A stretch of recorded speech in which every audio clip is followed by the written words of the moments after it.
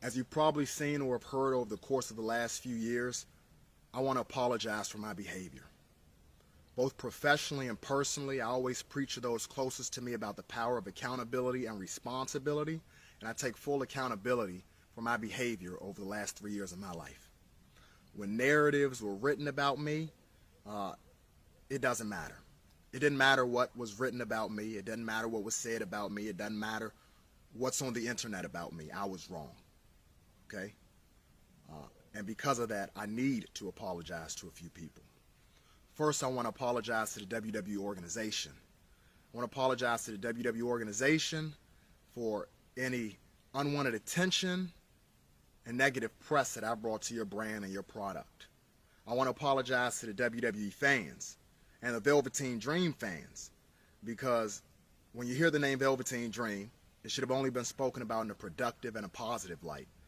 Not the name Patrick Clark as another statistic of what happens when talent and opportunity meet immaturity. Okay? That's not what you spend your hard-earned money on. It's not what you invest your time and your money in. When you look on the TV and you come to the shows, you should escape reality, not have to deal with mine. I want to apologize to the WWE and the fans. I want to apologize to Paul Levesque. Paul, you are such an understanding and patient man and leader, and getting the opportunity to work with you and to learn from you, I get the sense of what makes you who you are and how you've been able to handle the responsibility of being in the public light for such a long time. I want to apologize to you, Paul. I'm sorry. Also, I want to say I'm sorry to Shawn Michaels.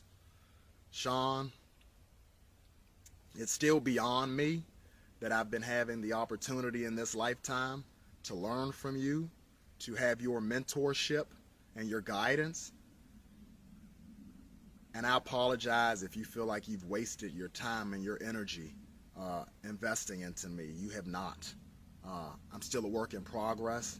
I'm still learning, and I remember all the lessons that you've taught me. Shawn, I'm sorry. My best friend, Tahuti Miles, I want to apologize to you because before you were tied to me publicly for the support you've given me and you continue to give me, your resume was impeccable. And I apologize for any smudges that I may have put on that resume because of my behavior. You're the last person that should have to deal with anything like that, and I'm sorry, man. I want to apologize to my family, my mom, my dad, my brother, my sister, my nieces and my nephews, because you may read things, you may hear about things, you may be confronted by people who you don't know, and you might feel the need to explain yourselves on my behalf. I just want you to know that you do not have to do that, ever. No one should have to explain anything for Patrick Clark. No one should have to trend because of Patrick Clark. No one should have to ask, answer the questions, where's Patrick now? What did Patrick do? What happened with Patrick? That's not your responsibility, and I don't want you to feel burdened with that responsibility. That's my responsibility, okay? And I apologize to you all for any energy, negative energy that has had to come your way because of me, okay? Again, I want to apologize to the fans and those in my professional and personal life that I've affected by my behavior. I'm sorry. I'm sorry.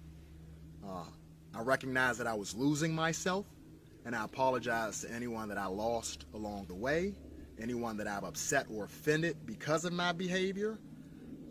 Man, I'm sorry. And I hope you all forgive me. Thank you.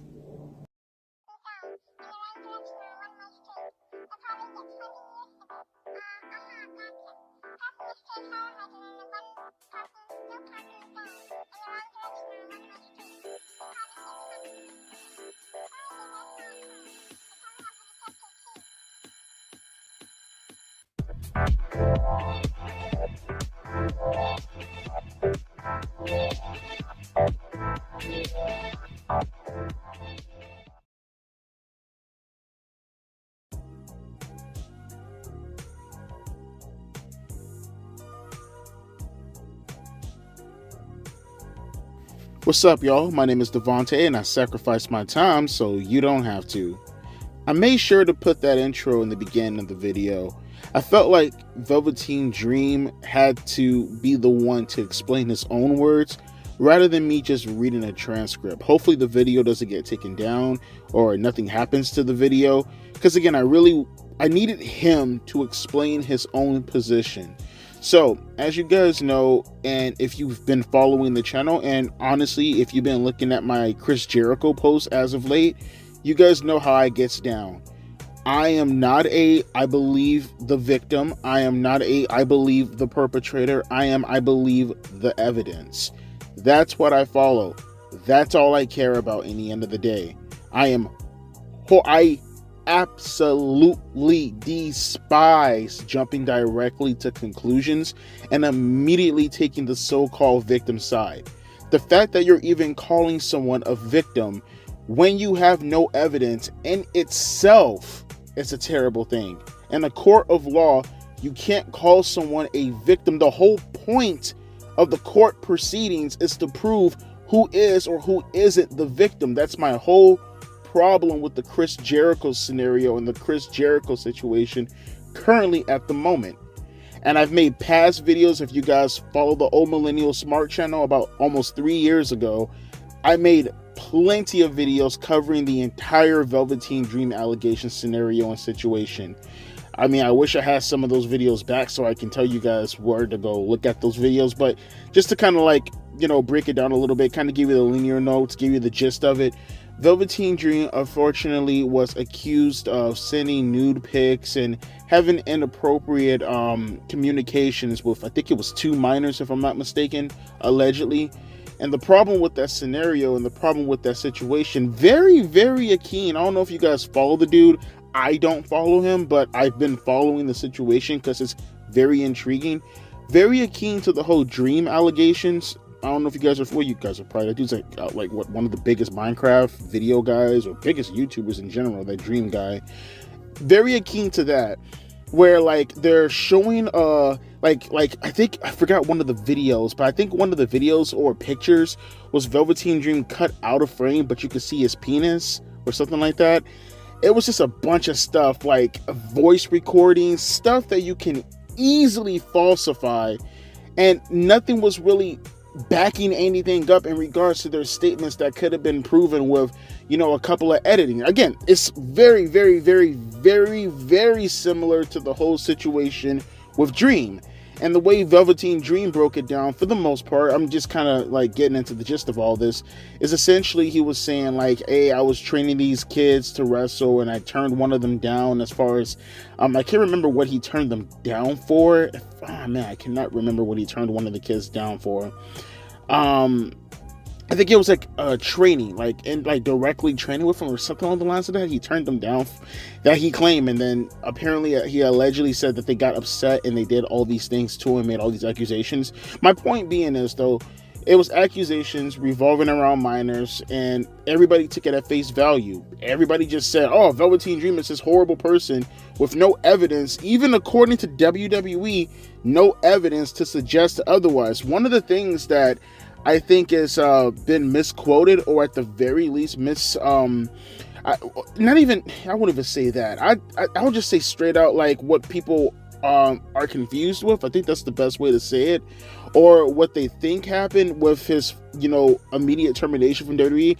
I think some people have this way of thinking and believing that he got fired because of the whole allegation situation, when that couldn't be further from the truth. There's actually multiple things that got Velveteen Dream fired, and here I got some links down in the description box below. I talked about this at the time because a lot of people kept saying, oh, he was fired because he was a pedophile, or he was this, or he was a groomer, and no, there was never any evidence to suggest that's, one, he did anything, and two, like WWE outright said that they couldn't find anything in regards to all the allegations and conflation with them. It's just ridiculous that people just keep running with these stories even when they're disproven. Same thing that's happening to Jericho right now. That's why I keep telling everybody to shut the fuck up and wait for evidence, so you don't get another Velveteen Dream situation, so you don't get another Enzo Amore situation, so you don't get another Joey Ryan situation. By the way, all 3 guys proven not to have done anything and have multiple receipts and backing. This isn't a statute of limitation situation. This is a flat out, there is no evidence to suggest they have done anything situation. It's just ridiculous to me. The same thing can be said about Enzo Amore. The same thing can be said about Joey Ryan, who flat out, Enzo Amore was like horrific because the girl was like caught being a liar and she had to admit to lying. Joey Ryan literally had buckets upon buckets of fucking receipts disproving all the things that he was alleged to be doing. And Velveteen Dream, same thing. Searched out by the cops and everything. Nothing. But just to get into the gist of this, there's 2 articles on the read for you guys as to why Velveteen Dream legitimately got fired. So check this out. Real reason why Velveteen Dream was released by WWE NXT. Now, granted, this is about 3 years old almost, but just to give you guys a little bit more context so you understand where I'm coming from. Wrestling fans have asked the WWE to fire Velveteen Dream for months now. Again, this is back in 2021. However, their demands continue to fall on deaf ears. The former NXT North American champion had been accused of sending inappropriate pictures to minors. However, the WWE looked into the situation and claimed that they found no cause or for action. Nor did any of the police officers also who got involved in this situation, by the way. Even though he wasn't used a lot, he was still kept around until he was released alongside Jessamine Duke, Vanessa Bourne, Scarlett. Who gives a fuck about all that? Real reason why Velveteen Dream was released by WWE. During Wrestling Observer Live, Brian Alvarez reported that Dream's release was not due to previous allegations against him, but more because of the behavioral issues. And I quote, "For whatever reason, WWE clearly believes that he didn't do anything. So that's it. So why was he fired? Like I said, I don't know, but I do know this, that there were a lot of problems with Velveteen Dream. Didn't have anything to do with any of the accusations. There were behavioral problems with Velveteen Dream, and Triple H, he didn't go into a lot of detail, but when Velveteen Dream was off television, Triple H said it was the result of a car accident. Was it the car accident? I don't know.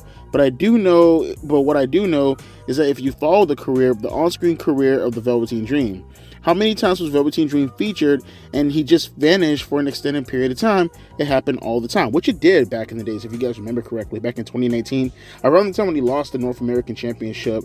He was on and off of television a lot. The impression I've been given is the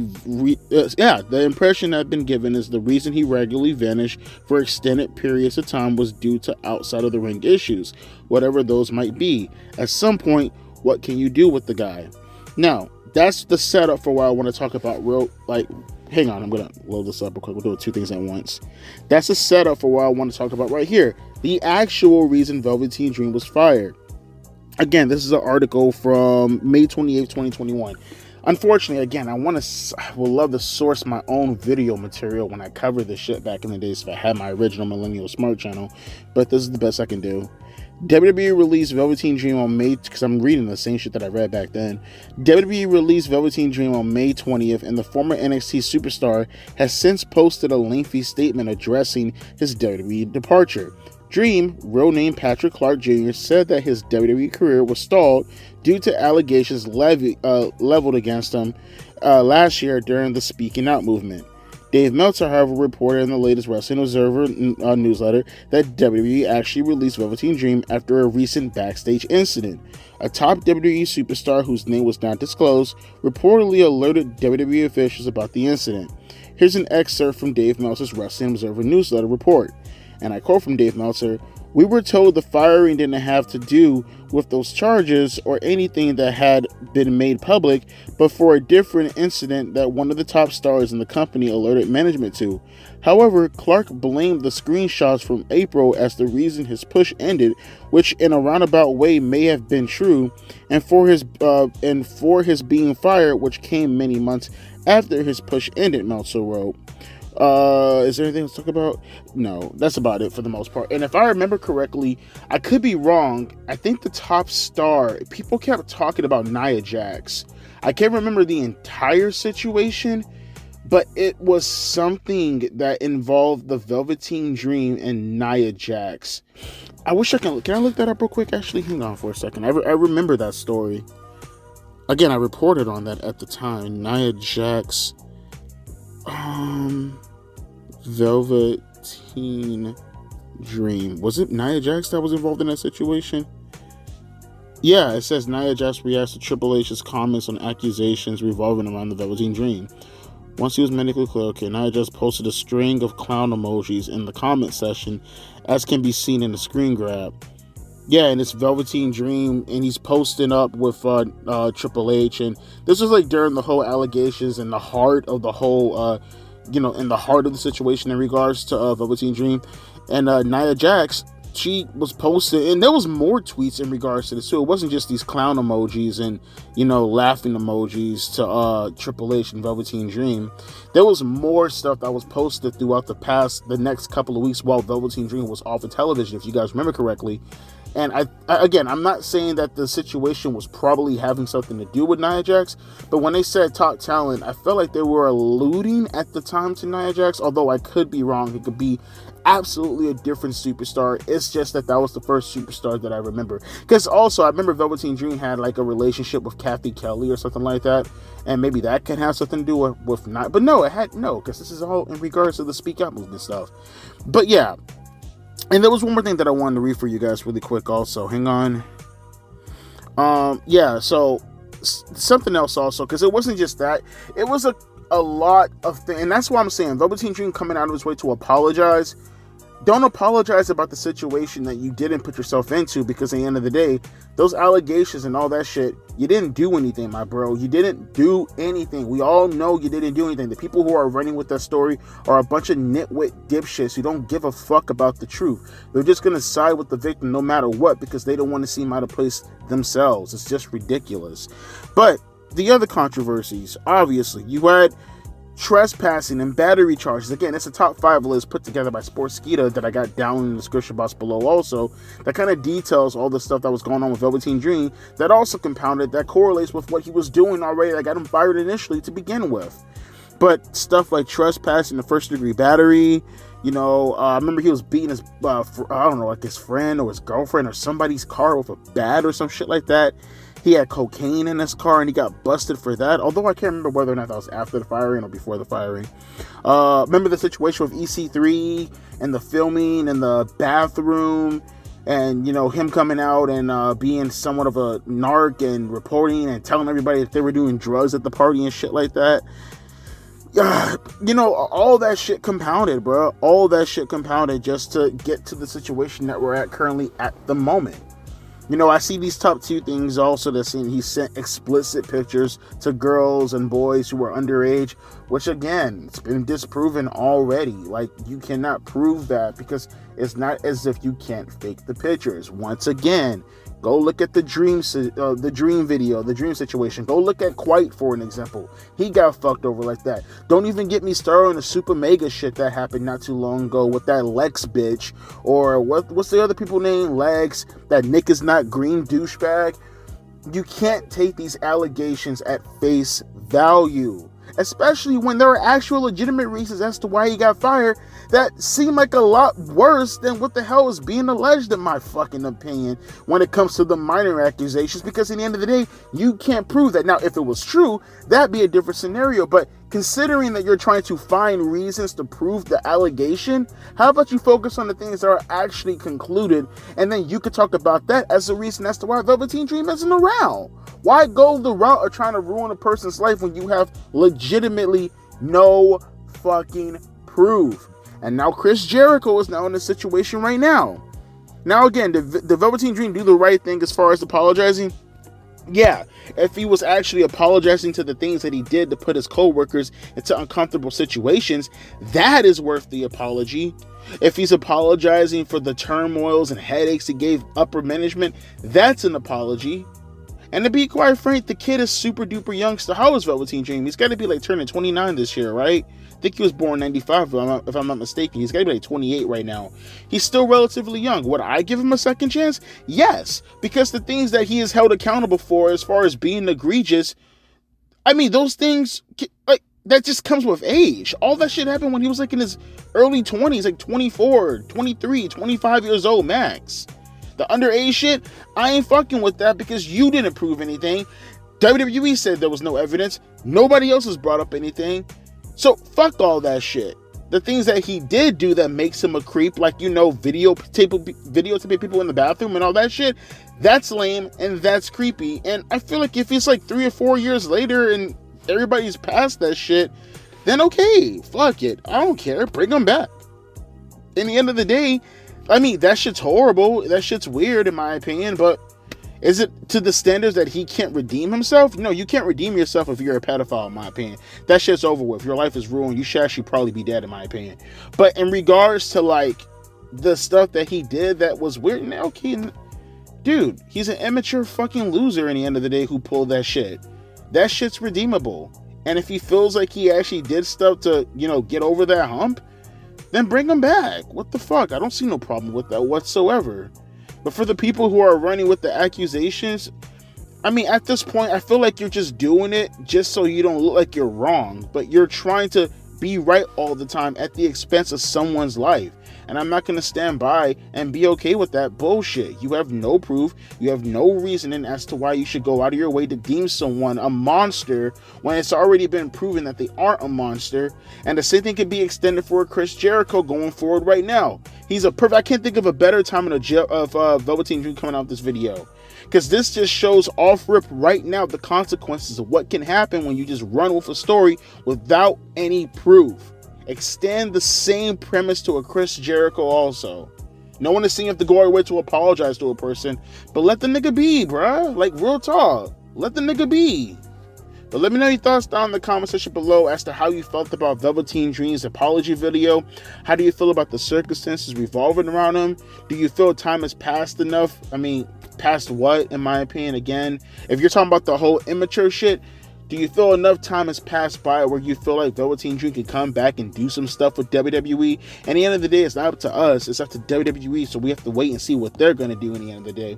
But me personally, I never believed the accusations to begin with, but I kept it close to me, and I said to myself, prove me wrong. I'm not going to come to a conclusion and say that you're telling the truth or that you're lying. I have my own personal reasoning, but that's my own personal reasoning. It's not to say in the end of the day that you're wrong. All I'm saying is it's on you to give me the proof that I need to change my mind. It's not even saying you shouldn't believe the victim first. If that's your prerogative as far as what you want to do, then go ahead. My thing is, don't take action against that person until you get a conclusion. You can believe the victim first if you feel that you have to, or you feel that the evidence points more in that direction, but don't do anything until you get conclusive evidence. Until then, shut the fuck up. And I'm saying the same thing again when running towards the Chris Jericho. Shut the fuck up. Unless you have evidence, or unless you know something that we don't know that you should be bringing up right now, unless you feel like you're going to defend the person that you're going up against currently at the moment, the alleged perpetrator, because that's the only person in the day who you're saving, and you're hurting the person, the so-called victim, when you're holding back evidence in the end of the day, unless they're telling you to hold it back. And in that case, I gotta ask, what the fuck is so bad if they're telling you to hold it back? There's a bunch of things that are complicated in this situation that comes down to whether or not evidence is actually proposed. And if it's not proposed, then why the fuck are you jumping to conclusions? Because you know what happens at the end of the day? You get all these things occurring that are just as bad as the perpetrator and other past circumstances that have been proven to be the perpetrator. The shit is 50-50. I wish wrestling fans and people will stop pretending as if 100% of the time the victims are always in the right. No, they're not. And they're not victims. They won't be victims until the evidence and everything else proves otherwise. But let me know your thoughts down in the comment section below in regards to all the accusations and all the things in regards to Velveteen Dream, and more in particular, the apology. As always, my name is Devontae, and I'll be catching you guys later. Deuces, P. Ice.